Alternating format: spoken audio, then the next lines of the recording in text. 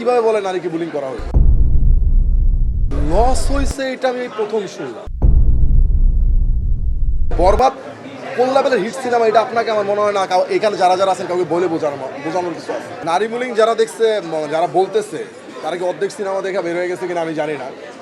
রাক্ষস সিনেমায় যদি নারীকে বুলিং করা হয় তাইলে আমার মনে হয় না যে এখানে আর কোনো কিছু বলার আছে। রাক্ষস সিনেমা সবার প্রথমে দেখতে হবে যে কী পরিমাণ নারীকে রেসপেক্ট দেওয়া হয়েছে। ক্যারেক্টার রুশু তার মাকে কী পরিমাণ রেসপেক্ট দিতেছে। একটা মেয়ে রেপ হয়েছে, সেই মেয়েকে সে বিয়ে করছে, বিয়ে করার পরে কি পরিমাণ রেসপেক্ট করতেছে, পুরো দুনিয়ার সাথে যুদ্ধ করতেছে মেয়েটার জন্য। এইটা দেখার পরে কিভাবে বলে নারীকে বুলিং করা হয়? বরবাদ বানিয়েছিলেন, রাক্ষস বানালেন, আরেক কিছু বানাচ্ছেন, সিনেমা বলতে লস হচ্ছে, আপনি বানাচ্ছেন, মানে আপনার পক্ষ থেকে আমি জানতে চাই যে আসলে লস হওয়ার পরে আপনিও কেন বানাতে উদ্যোগী হচ্ছে? লস হয়েছে এটা আমি প্রথম শুনলাম যে সিনেমার লস হয়েছে। আর লস লাভের ব্যাপারটা তো আমার কাছে না, লস লাভের ব্যাপারটা তো প্রডিউসারের কাছে। সে ভালো বলতে পারবে যে কিভাবে লস হয়েছে। আপনাকে দ্বিতীয়বার আপনাকে নিয়ে আবারও বানাচ্ছে, আপনার তো কিছু দায় থাকে। আমি তো জানিই না লস হয়েছে। আমি তো জানি যে 82 কোটি টাকা সেল আছে।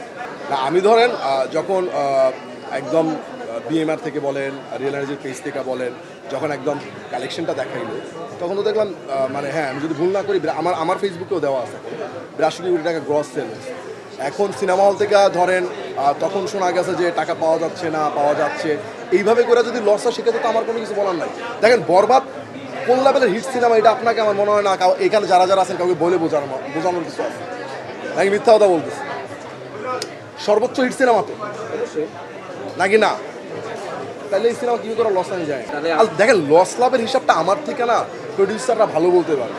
কারণ আমি যতটুকু শোনা যতটুকু জানছি এবং যতটুকু দেখছি এবং আমরা তো সবাই মিলে পোস্টও করছি, এটা ইন্ডাস্ট্রি হিট সিনেমা। তো বরবাদ এত কোটি টাকা সেল দেওয়ার পরেও, 82 কোটি টাকা সেল দেওয়ার পরেও যদি সিনেমাটা লস হয় তাহলে সিনেমাটা ইন্ডাস্ট্রি হিট কী করে হবে? এই অ্যানাউন্সমেন্ট তো আসছে ইন্ডাস্ট্রি।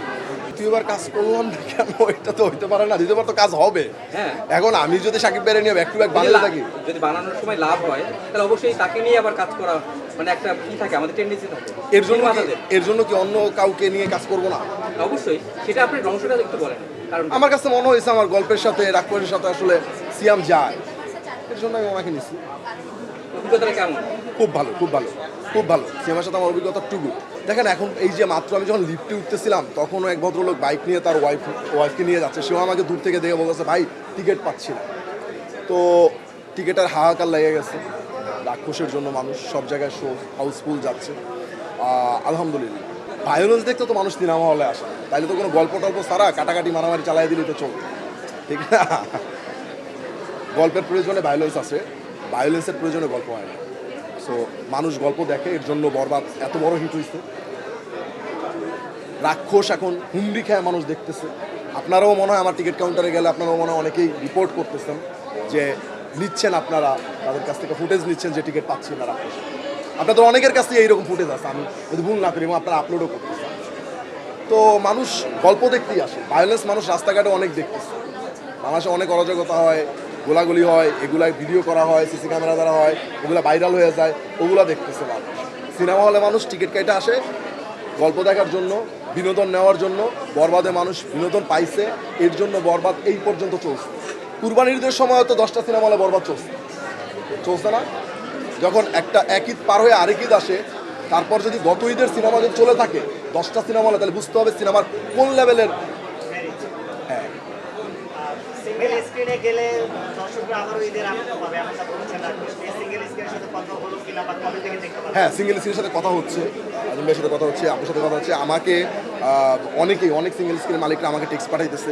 আজকেও টেক্সট পাঠাইছে, আমি আবার আপুকে এটা সেন্ড করে দিচ্ছি যে ওরা মানে করে আছে, অপেক্ষায় আছে যে কবে আসবে।